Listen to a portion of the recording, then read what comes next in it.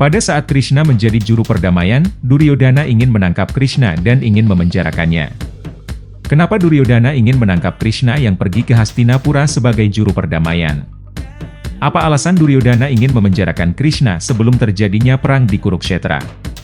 Apa maksud dan tujuan dari Duryodhana dan ingin memenjarakan Krishna di ruang sidang pertemuan? Sebelum kita melanjutkan, support Hindu Encyclopedia Indonesia dengan cara subscribe, like, komen, dan share.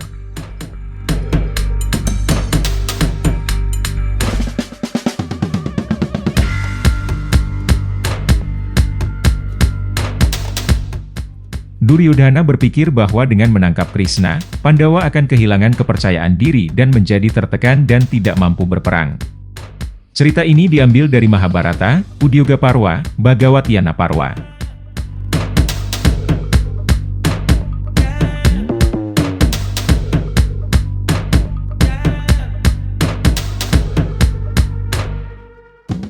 Mengabaikan nasihat yang sangat penting yang diucapkan oleh ibunya, Duryodhana pergi dengan marah dari tempat itu. Dan setelah meninggalkan istana, Pangeran Kuru itu mulai berkonsultasi dengan putra kerajaan Subala, Sakuni. Dan inilah keputusan Duryodhana dan Karna serta Sakuni, dengan Dusasana sebagai yang keempat tiba di tempat itu. Duryodhana berkata, Janardana ini, yang bergerak cepat mencari, bersama Raja Dhritarashtra dan Putra Santanu, untuk menangkap kita terlebih dahulu. Kami, bagaimanapun, akan secara paksa merebut harimau di antara manusia ini. Pertama, seperti Indra yang secara paksa merebut Putra Virocana, Maharaja Bali. Mendengar bahwa salah satu ras Vrishni ini telah direbut, para Pandawa akan kehilangan semangat dan menjadi tidak berdaya, seperti ular yang taringnya telah patah. Yang berlengan perkasa ini, memang, bantuan dan perlindungan mereka semua. Jika pengabul keinginan ini, banteng dari semua satwata ini, dikurung, Pandawa dengan para Somaka akan menjadi tertekan dan tidak mampu melakukan apapun. Oleh karena itu, mengabaikan seruan Dhritarashtra, kami akan menangkap bahkan di sini Kesawa ini, yang bergerak cepat, dan kemudian bertarung dengan musuh. Setelah orang-orang berdosa dari jiwa-jiwa jahat itu sampai pada keputusan berdosa ini, Satyaki yang sangat cerdas, yang mampu membaca hati dengan tanda-tanda, segera mengetahuinya. Dan karena ilmunya itu, ia segera keluar dari istana, didampingi oleh Kritawarma. Dan Satyaki berbicara kepada Kritawarma, berkata, segera susun pasukan. Dan lengkapi dengan surat dan dengan pasukanmu yang disiapkan untuk berperang, tunggulah engkau di pintu masuk istana, sampai aku menyampaikan masalah ini kepada Krishna, tidak lelah oleh pengerahan tenaga. Satyaki masuk kembali ke Balairung, seperti seekor singa memasuki gua gunung. Dan dia, pertama, memberitahu Kesawa yang berjiwa tinggi dan kemudian Dhritarashtra, dan kemudian Widura tentang persekongkolan itu. Dan setelah memberitahu mereka tentang resolusi itu, dia dengan tertawa berkata, orang-orang jahat ini bermaksud melakukan tindakan di sini, yang tidak disetujui oleh kebaikan karena pertimbangan moralitas, keuntungan, dan keinginan. Namun, mereka tidak akan pernah bisa benar-benar mencapainya. Orang-orang bodoh dari jiwa-jiwa berdosa ini berkumpul bersama, orang-orang malang ini diliputi oleh nafsu, kemarahan dan menyerahkan diri mereka pada kemurkaan dan ketamakan, akan melakukan perbuatan yang sangat tidak pantas. Orang-orang malang yang kurang pengertian dan berkeinginan untuk merebut mata teratai, adalah seperti orang bodoh dan anak-anak yang ingin merebut api yang menyala-nyala di pakaian mereka. Mendengar kata-kata Satyaki ini, Widura, dilengkapi dengan pandangan jauh ke depan, mengucapkan kata-kata ini kepada Dhritarashtra yang berlengan perkasa di tengah-tengah para Kuru. Wahai Raja, oh penghukum musuh, waktu semua putramu telah tiba. Karena mereka berusaha melakukan tindakan yang sangat terkenal, betapapun tidak mampunya mereka untuk benar-benar melakukannya. Sayangnya, bersatu bersama mereka ingin mengalahkan adik laki-laki Vasawa ini, dan merebut yang bermata teratai ini. Memang, menghadapi harimau ini di antara manusia, yang tak terkalahkan dan tak tertahankan ini, mereka semua akan binasa seperti serangga dalam kobaran api. Jika Janardana menginginkannya, dia dapat mengirim mereka semua, bahkan jika mereka bertarung dalam tubuh, ke kediaman Yama, seperti singa yang marah mengirim kawanan gajah. Namun, dia tidak akan pernah melakukan tindakan berdosa dan tercela seperti itu. Orang-orang terbaik ini, dengan kemuliaan yang tak pernah padam, tidak akan pernah menyimpang dari kebajikan. Setelah Widura mengucapkan kata-kata ini, Kesawa menatap Dhritarashtra.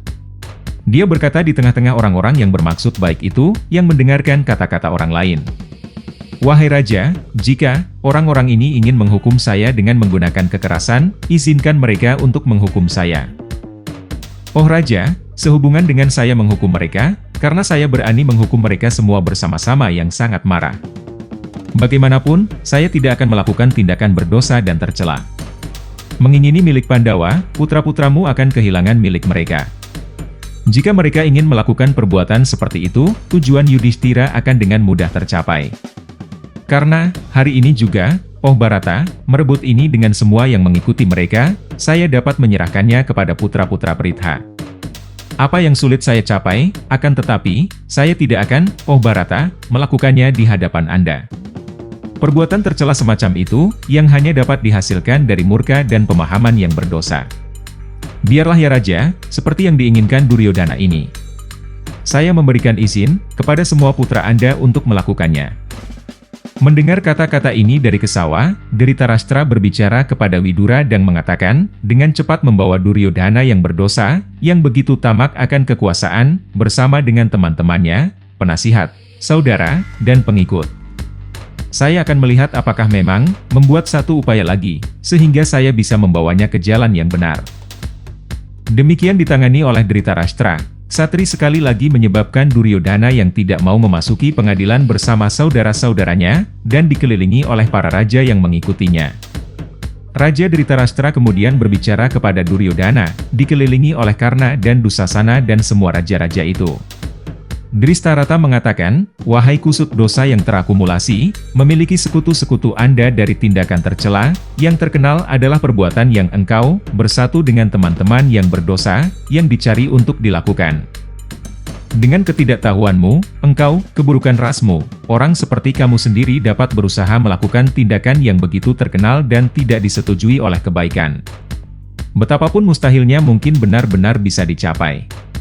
Bersatu dengan sekutu yang berdosa, engkau berharap menghukum yang tak terkalahkan dan tak tertahankan yang memiliki mata seperti kelopak teratai ini.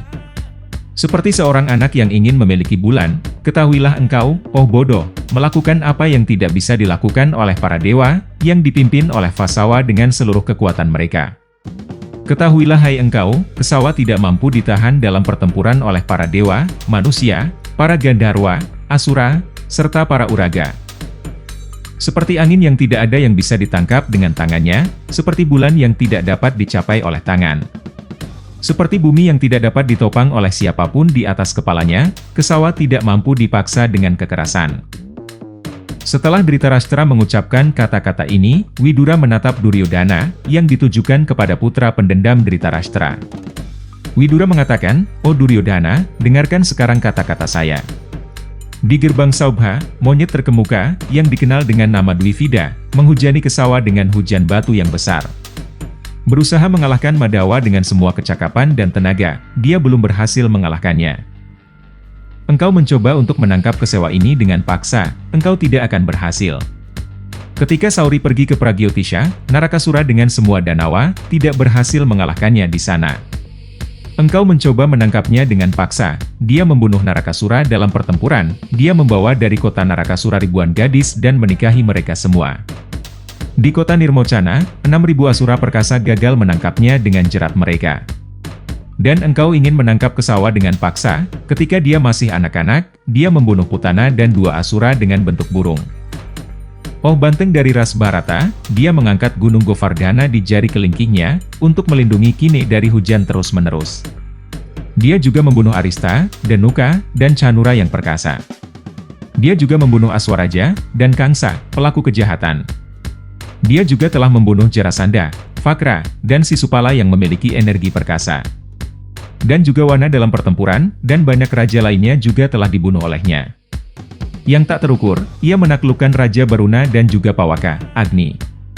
Dan pada saat membawa turun dari daerah surgawi, bunga surgawi yang disebut Parijata, dia mengalahkan Dewa Saci sendiri. Sambil mengambang di atas lautan yang luas, dia membunuh Madu dan Kaitabha, dan dalam kelahiran lain dia membunuh Hayagriwa. Dia adalah pembuat segalanya tetapi dia sendiri tidak dibuat dari apapun, dia adalah penyebab semua kekuatan. Apapun yang diinginkan Sauri, ia mampu mendapatkannya tanpa usaha. Apakah Anda tidak tahu Govinda yang tidak berdosa, dengan kehebatan yang mengerikan? Yang ini, menyerupai ular berbisa mematikan yang marah, adalah sumber energi yang tidak pernah berakhir. Dalam upaya untuk menggunakan kekerasan terhadap Krishna, dilengkapi dengan lengan yang kuat dan tidak lelah oleh usaha, engkau, bersama semua pengikutmu, akan musnah seperti serangga yang jatuh ke dalam api. Setelah Widura mengatakan ini, Kesawa, pembantai perpecahan yang bermusuhan, dilengkapi dengan energi yang besar, berbicara kepada putra Dhritarashtra, Duryodhana. Krishna berkata, karena delusi, oh Suyodhana, engkau menganggapku sendirian. Dan untuk ini, oh engkau dengan sedikit pemahaman, bahwa Anda berusaha menjadikan saya tawanan setelah mengalahkan saya dengan kekerasan. Di sini, bagaimanapun, semua Pandawa dan semua Vrishni dan Andhaka, inilah semua Aditya, Rudra, dan Vasu, dengan semua resi agung. Setelah Kesawa mengatakan itu, pembunuh pahlawan yang bermusuhan itu tertawa terbahak-bahak. Dan saat Sauri yang berbudi luhur tertawa, dari tubuhnya, yang menyerupai kobaran api, mengeluarkan berjuta dewa, masing-masing dengan cahaya kilat yang besar dan menyilaukan. Dari dahinya muncul Brahman, dan dari dadanya muncul Rudra. Di lengannya muncul penguasa dunia, dari mulutnya keluar Agni, Aditya, Sadya, Vasu, Aswin, Maruta, dengan Indra, dan Wiswadewa. Berjuta-juta yaksha, dan Gandharwa, dan Rakshasa juga. Dengan ukuran dan bentuk yang sama, keluar dari sana dari tubuhnya. Dari kedua lengannya keluar Sangkarshana dan Dhananjaya. Arjuna berdiri di sebelah kanannya, dengan busur di tangan, dan Balarama berdiri di sebelah kirinya, bersenjatakan bajak. Di belakangnya berdiri Bima, dan Yudhishthira, dan kedua putra Madri. Di hadapannya semua Andhaka dan Vrishni dengan Pradyumna dan para pemimpin lainnya mengangkat senjata perkasa mereka. Di lengannya yang beraneka ragam terlihat sangka, cakra, gada, busur yang disebut saranga, bajak, lembing, nandaka, dan setiap senjata lainnya, semuanya bersinar dengan cahaya, dan terangkat untuk menyerang. Dari mata, hidung, telinga, dan setiap bagian tubuhnya, mengeluarkan percikan api yang ganas bercampur asap. Dan dari pori-pori tubuhnya mengeluarkan percikan api seperti sinar matahari. Melihat wujud mengerikan dari Kesawa yang berjiwa agung itu, semua raja menutup mata mereka dengan hati yang ketakutan. Kecuali Drona, Bhisma, dan Widura, yang dilengkapi dengan kecerdasan luar biasa. Dan juga Sanjaya yang sangat diberkati, serta para resi, yang memiliki kekayaan pertapaan. Karena Janardana memberi mereka penglihatan ketuhanan ini pada kesempatan itu. Melihat di pengadilan Kuru pemandangan yang sangat indah itu, genderang surgawi ditabuh di langit dan hujan bunga jatuh ke atasnya. Seluruh bumi bergetar pada saat itu dan lautan bergejolak. Dan, semua penghuni bumi dipenuhi dengan keheranan yang luar biasa. Kemudian macan di antara manusia itu, penghancur musuh itu, menarik diri dari bentuk ketuhanan, yang sangat menakjubkan, serta sangat bervariasi dan menguntungkan itu. Bergandengan tangan dengan Satyaki di satu sisi dan putra Hridika, Kritawarman, di sisi lain untuk meninggalkan Balairung. Mendapatkan izin dari resi, pembunuh iblis Asura Madu itu keluar. Dan pada saat keributan yang kemudian terjadi, para resi, Narada dan lainnya membungkuk, untuk kembali ke tempatnya masing-masing. Dan ini juga merupakan kejadian luar biasa lainnya yang terjadi. Melihat macan di antara manusia itu meninggalkan istana, Kurawa dengan semua raja mengikutinya, seperti para dewa mengikuti Indra. Sauri, bagaimanapun, dengan jiwa yang tak terukur, tanpa memberikan satu perkataan pun pada mereka yang mengikutinya, keluar dari istana, seperti api yang berkobar bercampur asap.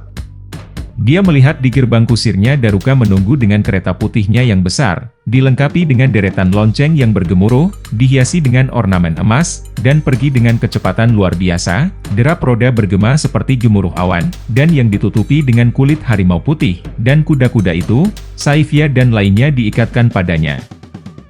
Di sana juga telah berada, di atas keretanya, kesatria favorit Vrishni, prajurit kereta perkasa Kritawarman, putra Hridika. Dan penghukum musuh itu, telah menyiapkan keretanya, hendak berangkat. Raja Dhritarashtra menyapanya sekali lagi dan berkata, "Oh penggiling musuh, engkau telah melihat, oh Janardana, kekuatan yang kumiliki atas anak-anakku. Sungguh, Anda telah menyaksikan semuanya dengan mata kepala sendiri. Sekarang tidak ada yang tidak diketahui olehmu. Janardana yang bersenjata perkasa, kemudian berbicara kepada Dhritarashtra, Drona, kakek Bhishma, Ksatri, Bahlika, dan Kripa. Krishna berkata, Anda sendiri telah menyaksikan semua yang terjadi di Wangsa Kuru. Betapa jahatnya Duryodhana, seperti orang yang tidak berpendidikan. Meninggalkan istana karena marah, dan bagaimana Raja Dhritarashtra juga menggambarkan dirinya tidak berdaya. Dengan izin dari Anda semua, sekarang saya akan kembali ke Yudhishthira. Krishna lalu memberi hormat kepada mereka, banteng di antara manusia itu, kemudian menaiki keretanya dan berangkat meninggalkan Hastinapura. Banteng-banteng gagah di antara para Bharata, para pemanah perkasa itu, yaitu Bhishma, Drona, Kripa, Ksatri, Aswathaman, Wikarna, dan prajurit kereta perkasa Yuyutsu, semuanya mulai mengikutinya. Dan Kesawa, dengan kereta putihnya yang besar, dilengkapi dengan deretan lonceng yang berdenting, kemudian berjalan, di depan mata Sang Kuru, menuju kediaman bibi dari pihak ayah yaitu Kunti.